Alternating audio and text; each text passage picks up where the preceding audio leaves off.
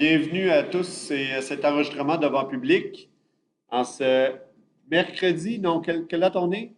Jeudi matin, où est-ce qu'on va voir la mise en forme à l'aide de tableaux, à l'aide de Word 2010. Alors, l'objectif, c'est de reproduire un peu le document qu'on a juste ici. Pas dans le document, mais l'espèce de tableau qu'on a juste ici, qui a été conçu à l'aide de tableaux tout simplement. Alors, on va commencer notre travail avec le menu Insertion. Alors, avec le menu Insertion dans Word, on peut insérer un tableau. L'objectif, c'est d'aller chercher un tableau qui va comporter assez de cellules. Fait que dans le fond, il faut compter ici, j'ai au moins 3 colonnes, minimum 3 colonnes. Et je ne compte pas celle-là nécessairement. Vous allez voir ce qui va arriver avec elle. Fait que je peux me faire au moins un tableau de 3 colonnes.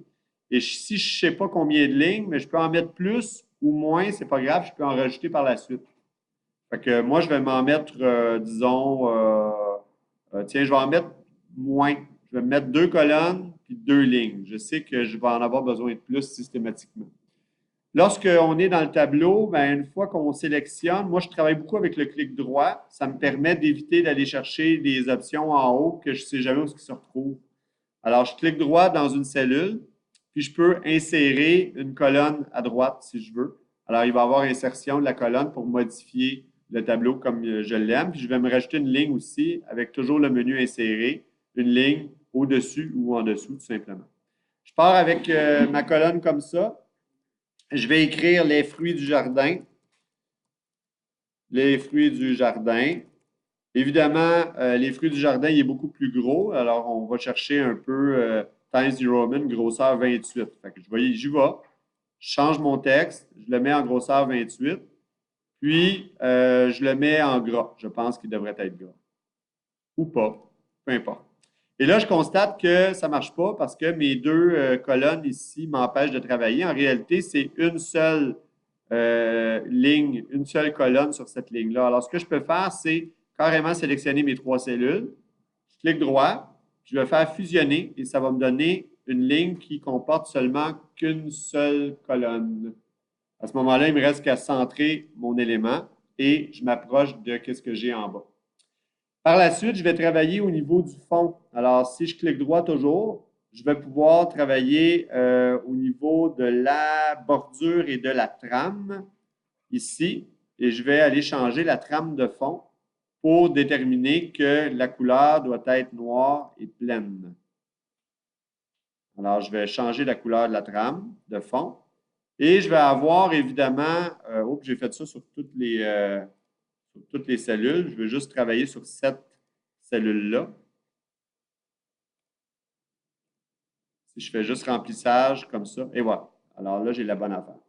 Le texte est devenu blanc. Pourquoi? Parce que par défaut, la couleur du texte est à automatique. Alors, Word reconnaît automatiquement que tu as changé la couleur de fond en noir. Alors, il met le texte en blanc. Si ce n'est pas le cas et que tu ne vois plus ton texte parce qu'il est noir sur fond noir, tu as juste à le resélectionner.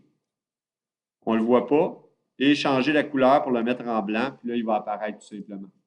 Okay? Donc, on peut jouer avec ces éléments-là. Par la suite, on a les petits, les moyens et les gros. J'écris mon document. Alors, les fraises, les framboises, et etc. Ensuite de ça, ici, j'ai les pommes et les poires. Alors, je vais juste écrire mon texte, tout simplement, les melons et les cantaloupes. Alors, une fois que j'ai mon texte comme ça, je m'assure que tout est en mode normal. Je m'assure d'enlever à la limite la mise en forme pour que je parte d'un texte qui est sans mise en forme. Ça me permet de travailler un peu plus facilement. Je vais très simplement sélectionner mes 3 éléments ici. Je vais changer pour une mise en forme super simple qui ressemble à ce que j'ai ici. Ici, je vais me faire une liste à puces. Alors, je sélectionne mes 3 éléments. Je vais carrément aller me chercher une liste à puces personnalisée. Alors, je vais dans définir une puce et le symbole, je le cherche dans la liste. Je trouve mes 2 petites vagues et je l'applique tout simplement comme ça. Reste par la suite à changer la couleur. Là, je pense que j'ai dû utiliser un orange qui ressemblait à ça.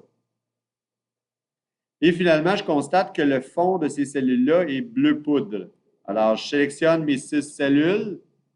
Je peux changer ma méthode pour aller chercher au niveau du paragraphe le fond ici. Je suis capable de changer le fond, la couleur de fond, très simplement. C'est une méthode différente que j'ai utilisée tantôt. Ça revient au même.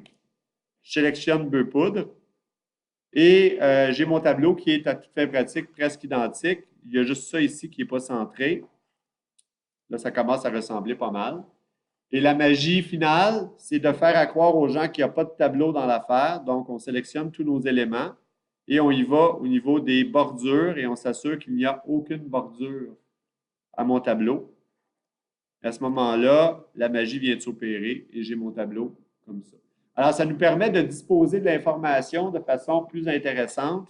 On peut aussi travailler des tableaux de façon très différente. Par exemple, on est capable d'insérer un tableau comme ça, par défaut. Attendez une seconde, où est-ce que je suis? Est-ce que je suis dans un tableau? Voilà.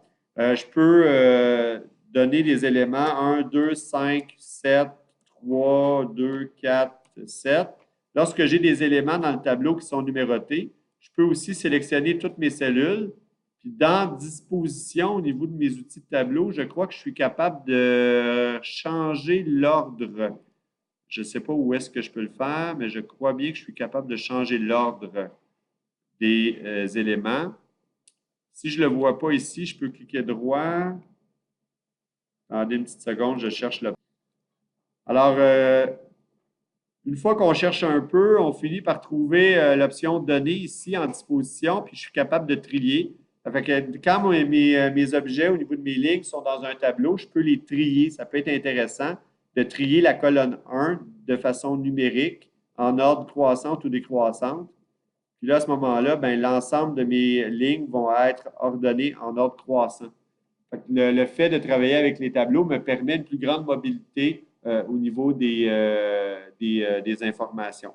On peut aussi bouger les tableaux comme ça. Lorsque je sélectionne aucune cellule, ce sont toutes les colonnes ou toutes les lignes qui sont déplacées.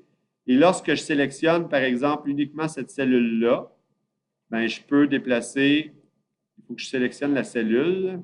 Des fois, c'est difficile, c'est mieux d'écrire du texte dedans. Une fois que je sélectionne la cellule, à ce moment-là, je déplace uniquement la cellule en cause.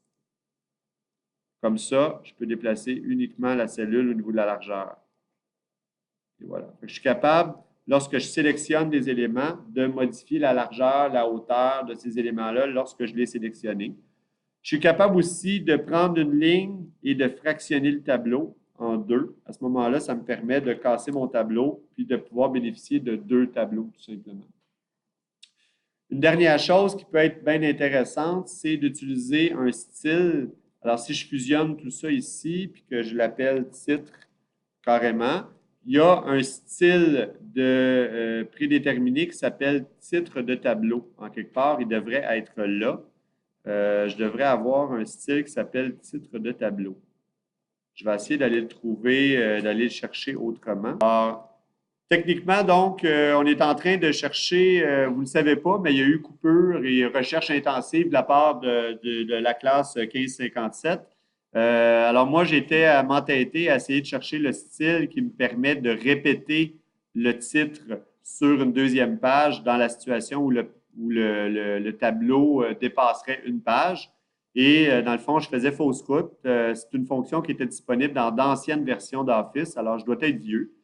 Et en réalité, ce qu'on doit faire, c'est aller dans l'outil de tableau disposition, toujours dans les données, et on a une option qui s'appelle répéter les lignes d'en-tête. Alors, ce que ça nous permet de faire, je vais juste donner cet exemple-là en supprimant cette ligne-là, en donnant, disons, nom, prénom, puis téléphone. Alors, imaginez une liste là, carrément qui contient de l'information avec des noms, prénoms, etc.